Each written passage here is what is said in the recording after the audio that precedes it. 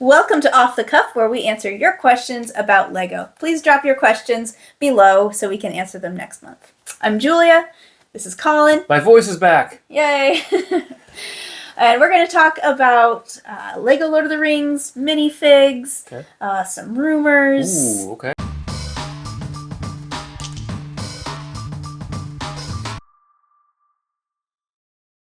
When we compared the LEGO Lord of the Rings sets, we compared the 3 newer sets and Bag End, and this person wants to know why we only compared this one and not the other old Lord of the Rings sets. A couple of reasons. The biggest one being that this is the original LEGO Bag End, and so the new Shire set is really just Bag End. So I think it's more apt to compare the old Bag End to the new Bag End, and then the other sets that are available. About a year ago, we did a video where we compared the Bear Door with the Rivendell set, as well as the old Orthanc. So we do like to roll out some different comparisons every now and again. I do look forward to doing maybe some new comparisons or more comparisons of old Lord of the Rings sets if LEGO would give us more moments or scenes from Lord of the Rings. We do have a number of the older sets. We don't have all of them,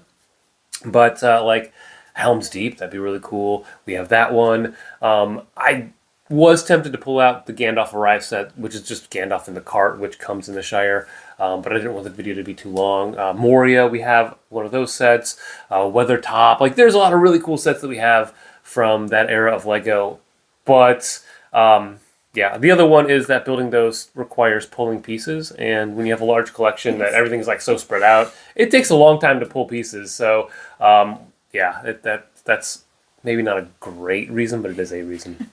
Yeah, practicalities. Yeah.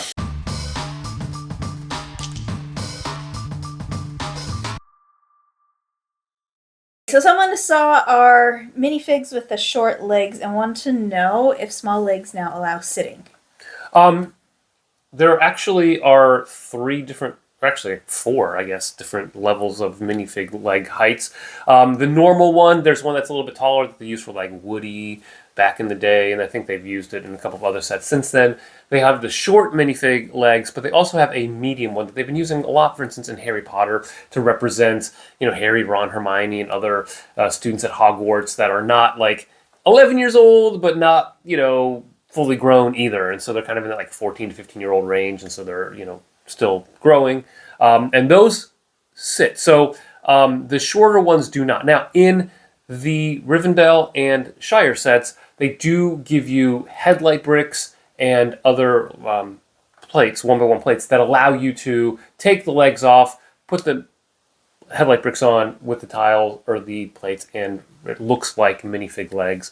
And it's a nice way to put the 2 types together, especially for Rivendell when you've got the Council of Elrond, or even the Shire set, where you can allow Frodo to sit on the cart with Gandalf. And they also have some more things for Gandalf where he has his robe piece, flowy robes, and then something that's brick built to allow him to sit.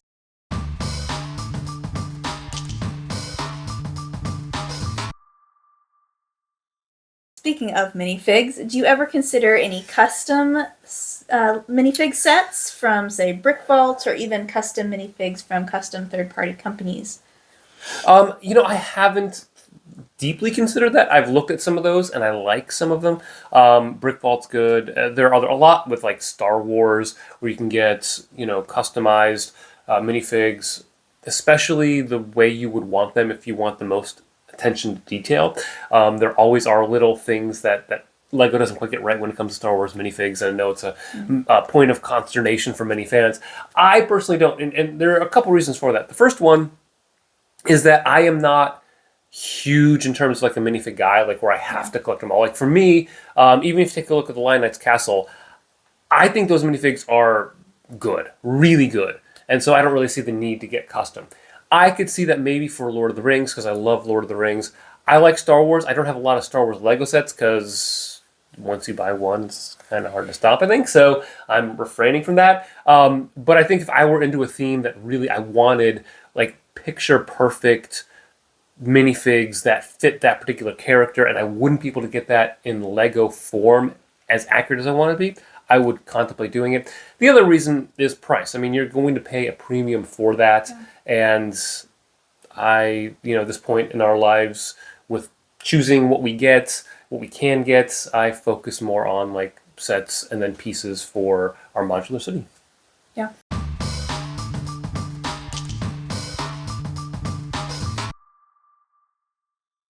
How do you choose between sets that are retiring soon? So later this year, we're going to say goodbye to the Lion Knight's Castle, the Lighthouse, the Jazz Club. Yeah. Do you pick by preference of set, or another theory this person mentions is to estimate which set will have the least growth on the aftermarket and might be able to grab later on? Yeah, those are really good options.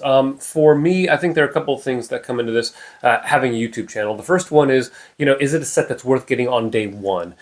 Because we have a YouTube channel, we do try to figure out, which sets should we get day one, because we know that those sets have demand for information. People want to know more about them.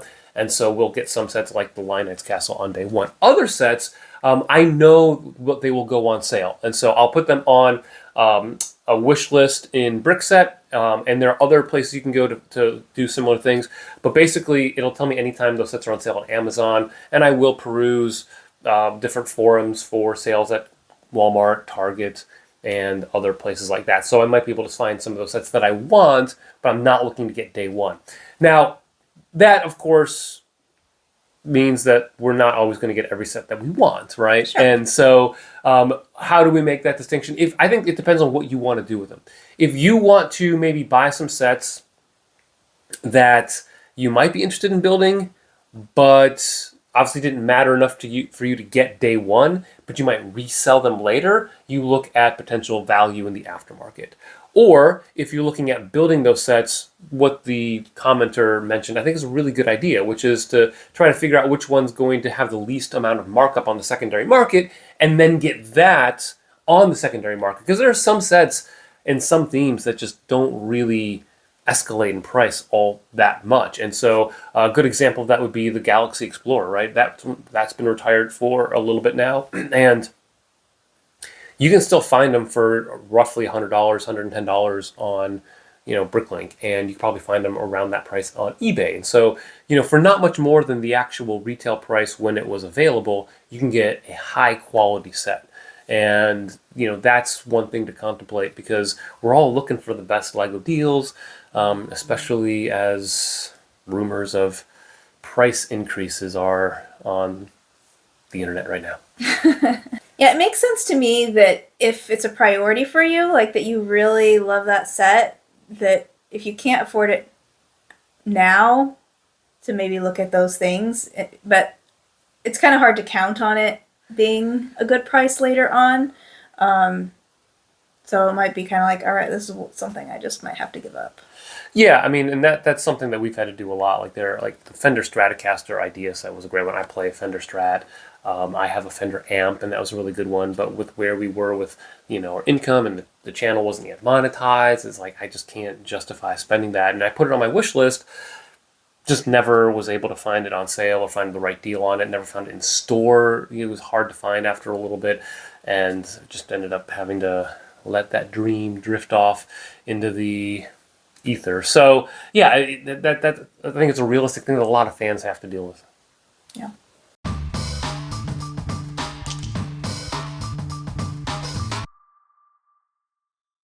Speaking of LEGO price increases, is LEGO going to get even more expensive? I mean, I think it's inevitable. There already are rumors out there that talk about LEGO increasing prices. Now, what's uncertain is where these price increases are taking place. We know the rumor so far is that it's taking place here in the United States, and that it's going to cover basically a 10 to 15% price increase. But the list of themes is not complete, and I would imagine this is something LEGO's going to announce later on this summer, June, July, maybe even heading into August. So they're raising prices not only on, I would imagine, older sets, but some of the things I've seen specifically are sets that are coming out where they had rumor prices of like $10, now it's going to be $13, $20, now it's going to be $23, $90, it's going to be $100, right? So, look at that around 10 to 15% increase. We'll probably do a video as Lego announces these or when they announce them formally as to what's causing it. I know a lot of people are anticipating the tariffs, and just my initial response is honestly, yeah. My dad was a small business owner. Your dad was a small business owner, and like I've talked to both of them at different points in time. And uncertainty in the economy really does dictate what you can and can't do in terms of employment and trying to gauge prices in the future and all of that stuff. So no doubt that I think the tariffs are going to be a part of that and the uncertainty in the economy. But that's going to really affect a lot of different things. Like I know people have talked about possibly, Lego's building a huge manufacturing plant here in the United States in Virginia. Yeah, but their materials are going to be coming from elsewhere around the world. And so all of those things are going to be subject to the tariff. So, yes, you might make them here, but if the materials aren't from here, then it's going to go up. I think the real, interesting question is, what is Lego going to say about price increases in terms of the justification? Lego did increase prices back in 2022 in August, and the justification for that was the rampant inflation. Now, of course, this is something different. They may mention tariffs, they may not, I don't know. But of course, I think for a lot of Lego fans, Lego's already really expensive. And now you're going to make it more expensive. We also know that Lego had, I think, record profits or near record profits last year. And so fans are a little upset that, can you not sit back on this one and kind of wait things out or not increase prices quite so much or at all? Yeah, and as we've seen in a lot of our comments, like the competition is better than it ever was before too. And some of these other brands that are now coming out with a similar product, they're able to produce higher quality competition than maybe in 2022. That's a great point because, one company, Funhole, is not really all that old. Now it is based in China. And so I tend to be skeptical of Chinese-made non-Lego products just in terms of quality. And a product that's only been out for a couple of years, there's uncertainty in terms of if the bricks hold up. Like we all know about the brittle brown here in Lego, where if you bought reddish brown or pieces that had sets that had reddish brown pieces in like 2010, 2012, they just were brittle after a few years. I don't know if that's the case there, but there are others. Fantasy, Mega's going through a whole rebranding, and so they have much more of a brand reputation. And we'll see. But I think their prices tend to be cheaper. And if Lego can't compete with superior designed models, then it makes sense for people to, if you just like building, to go with that. If minifigs are your thing and you want that compatibility in minifigs across all things, and you don't really want to mix Lego and non-Lego pieces, even if they're compatible, I get it. But I think Lego's going to run the risk of people just, hey, we're out. Now, if the economy continues to grow and, we might have a recession according to all the prognostications here in the United States. But if the economy does, over the next 5-10 years continue to grow, it may not be a big issue. I mean, after all, people were pretty upset when Lego raised prices in 2022. Their sales have only gone up since then. So maybe there's not a lesson for Lego to learn. I don't know. I am worried about it, though. Yeah. Shifting gears. Oh, good. I got a quick question for you.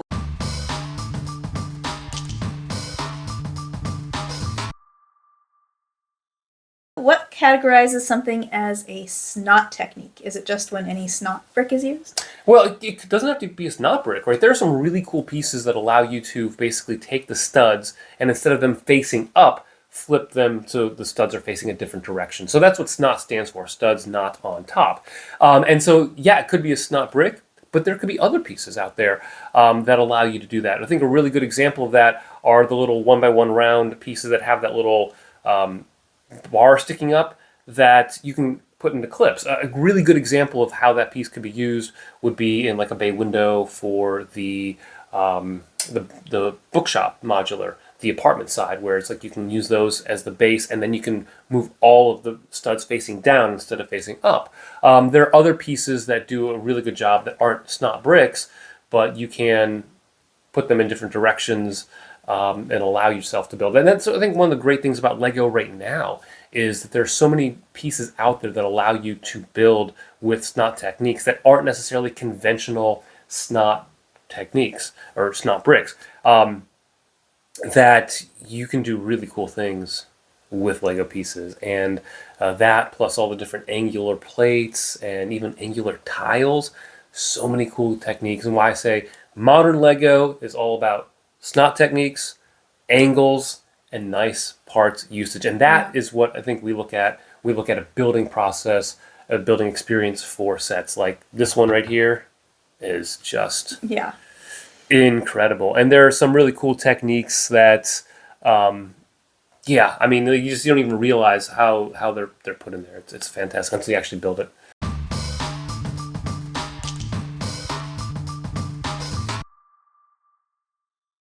All right, last question. Okay. What rumors have you heard about Lego Friends? Oh yeah, I mean, Lego Friends is going to have a whole summer wave. Now, I have seen a leaked image of like a cafe that honestly looks better than that Parisian or that French cafe that they came out with in the Icon set that wasn't really quite minifig scale, didn't have a full interior.